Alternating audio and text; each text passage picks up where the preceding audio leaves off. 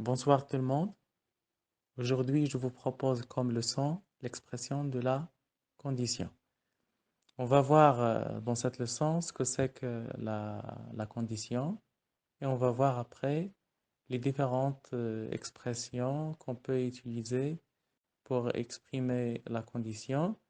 Et pour finir, on va voir comment on peut relier correctement entre deux propositions dans une phrase complexe pour bien exprimer la condition et bien sûr pouvoir conjuguer correctement les verbes de la subordonnée de condition. On commence tout d'abord par la définition de la subordonnée de condition. Donc la proposition subordonnée circonstancielle de condition, on l'appelle aussi hypothétique. Donc il y a une hypothèse exprime, donc la subordonnée exprime la condition à laquelle est soumise la réalisation de la principale. Donc, on part d'une phrase complexe. Nous avons deux propositions. L'une est principale, l'autre est subordonnée.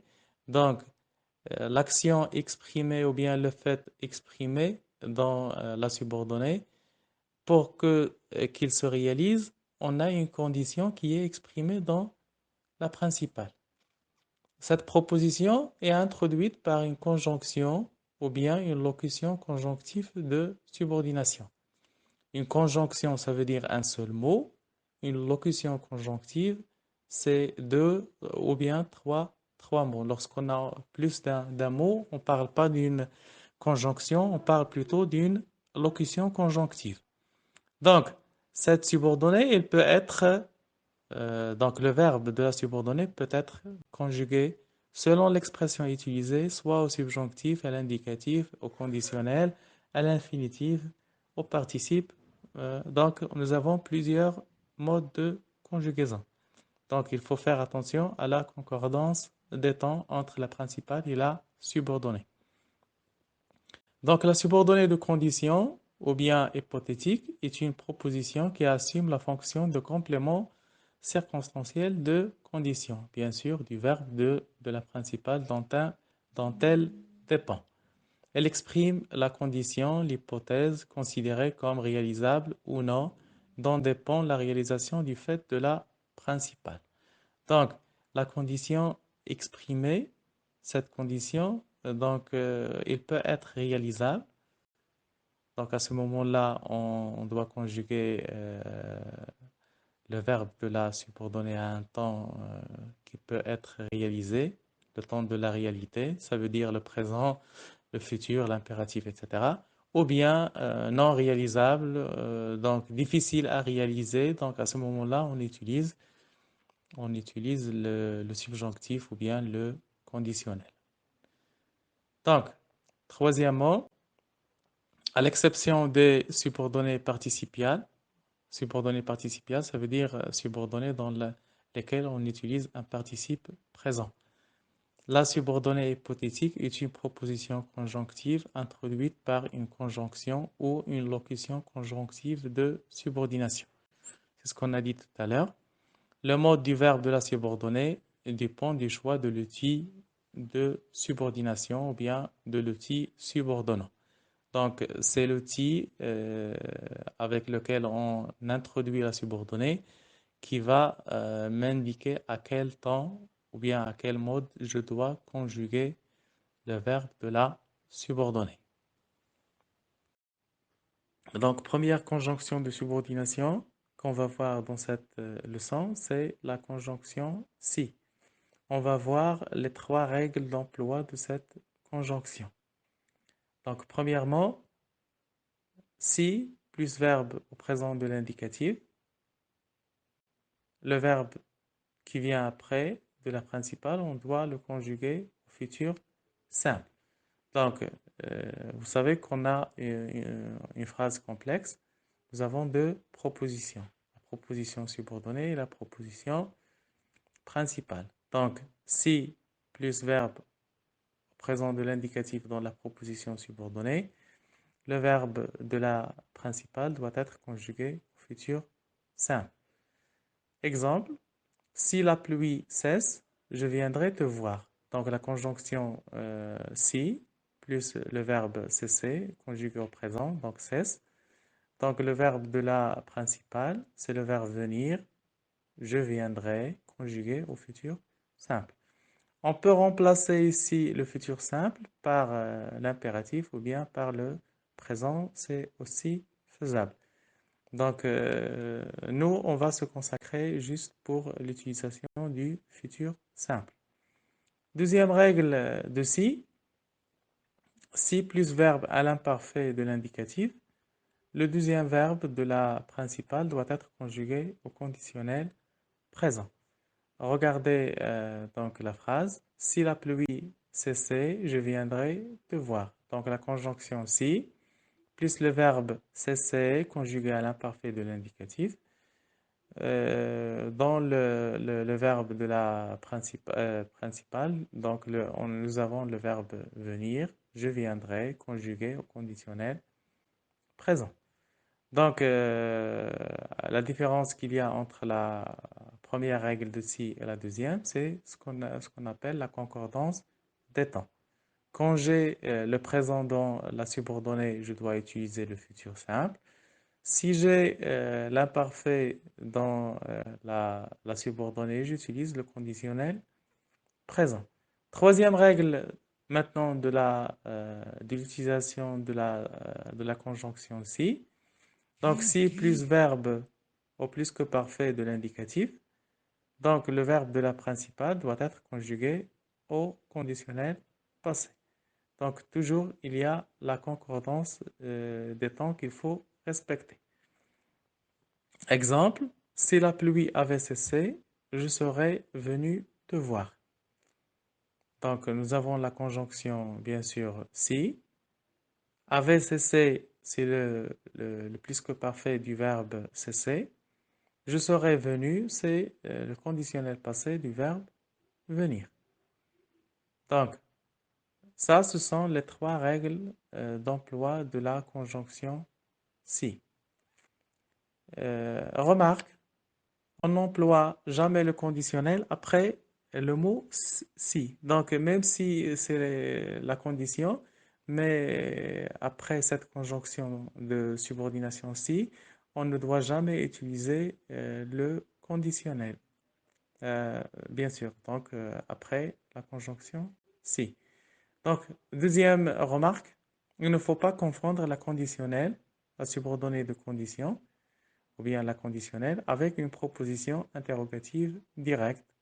Exemple, je me demande si tu as compris. Donc ici, si il est attaché avec le verbe demander, ce n'est pas une subordonnée de condition.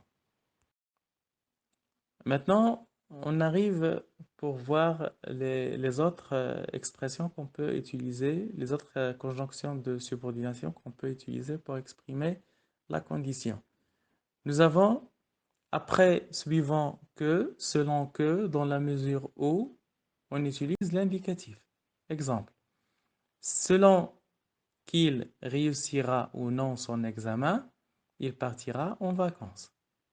Donc après selon que, c'est la conjonction de subordination.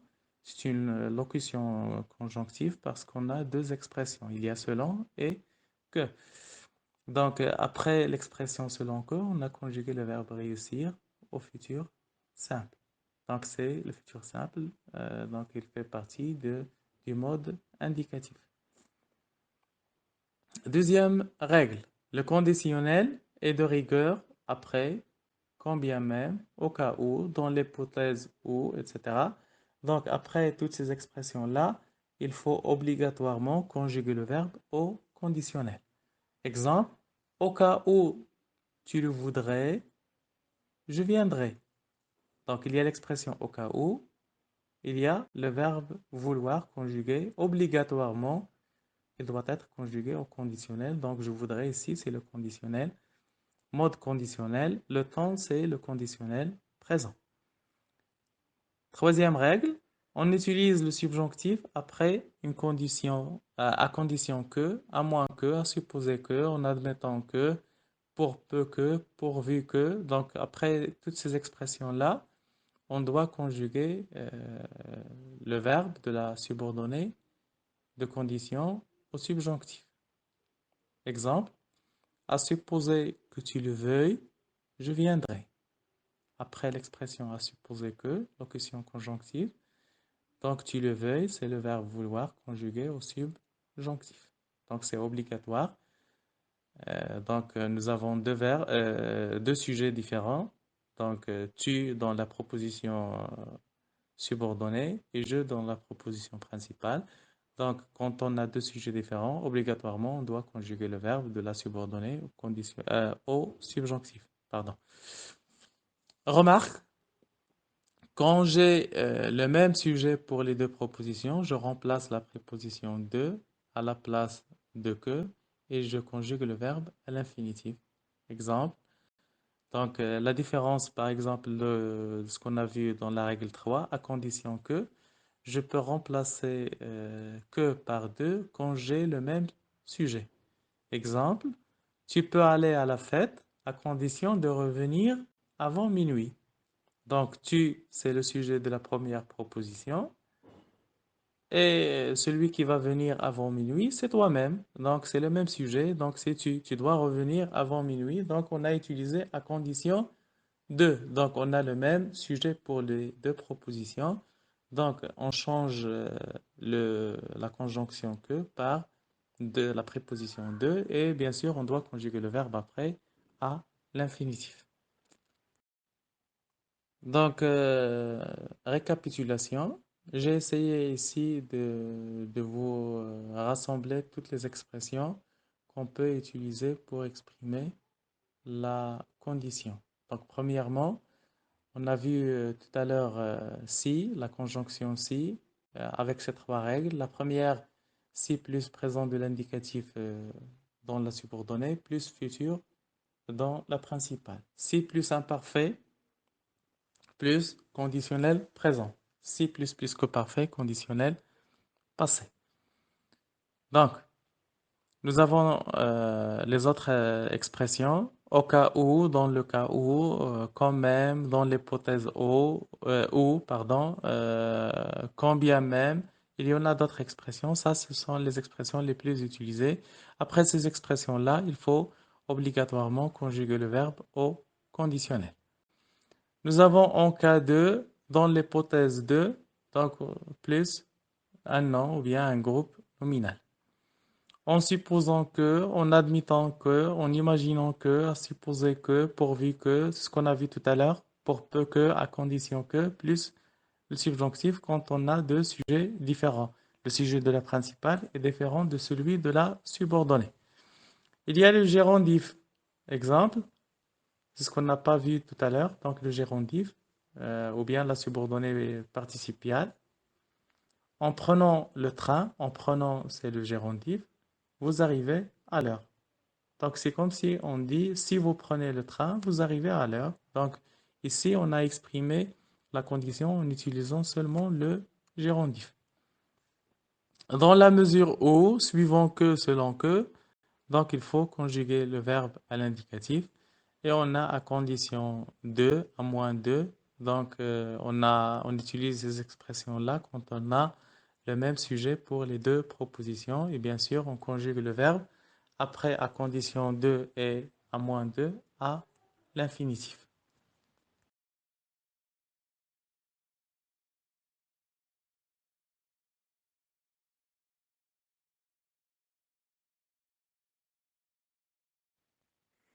Donc, nous arrivons aux exercices maintenant. Nous avons la consigne suivante. Conjuguer les verbes des propositions principales au temps et au mode qui conviennent. Donc, première phrase. Si tu fermais la porte, je, le verbe être, plus tranquille. Donc, j'ai la conjonction si, et après, j'ai le verbe tu fermais conjugué à l'imparfait. Donc, si plus imparfait, plus conditionnel présent. Donc, le verbe être doit être conjugué au conditionnel présent. Si tu fermais la porte, je serais plus tranquille. Donc, ça, c'est la bonne réponse pour cette première phrase.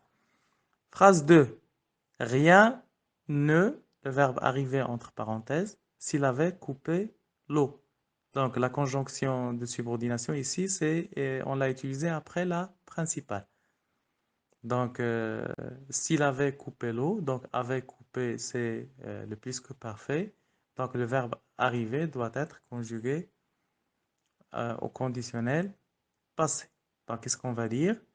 Rien n'aurait arrivé s'il avait coupé l'eau. Phrase 3.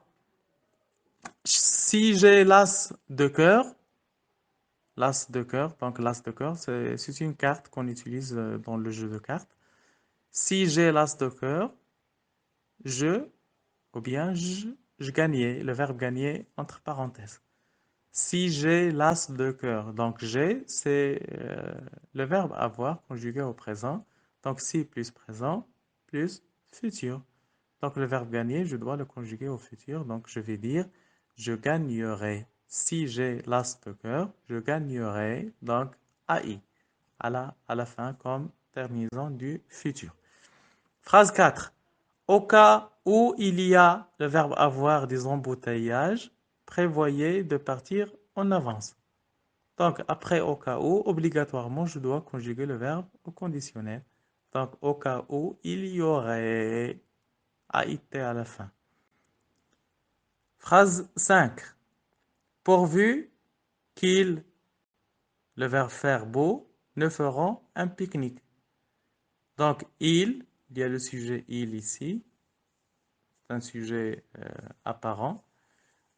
Nous ferons un pique-nique. Nous, donc le sujet de la deuxième proposition est différent de la première. Nous avons il dans la première proposition et nous avons nous dans la deuxième. Donc deux sujets différents. Et on a l'expression pourvu que, donc on doit conjuguer le verbe au subjonctif pourvu qu'il fasse beau. Nous ferons un pique-nique. Phrase 6. Selon qu'il, le verbe prendre, du fromage ou du dessert, le serveur n'apportera pas les mêmes couverts. Donc, on a l'expression selon que. Donc, après selon que, on conjugue le verbe à l'indicatif. Donc, on utilise ici le présent. Selon qu'ils prennent 2N, E-N-T, du fromage ou du dessert, le serveur n'apportera pas les mêmes couverts. Phrase 7. En le verbe prendre cette décision, vous auriez résolu tous vos problèmes. Donc, après on doit conjuguer le verbe donc, au participe présent. Donc, c'est le gérondif. En prenant cette décision. Donc, en prenant, donc on efface le DR et on met ANT. Donc, c'est le gérondif. Phrase dernière, bien dernière phrase. Il passera le concours à condition de travailler dur. Donc, on a la conjonction de subordination à condition de.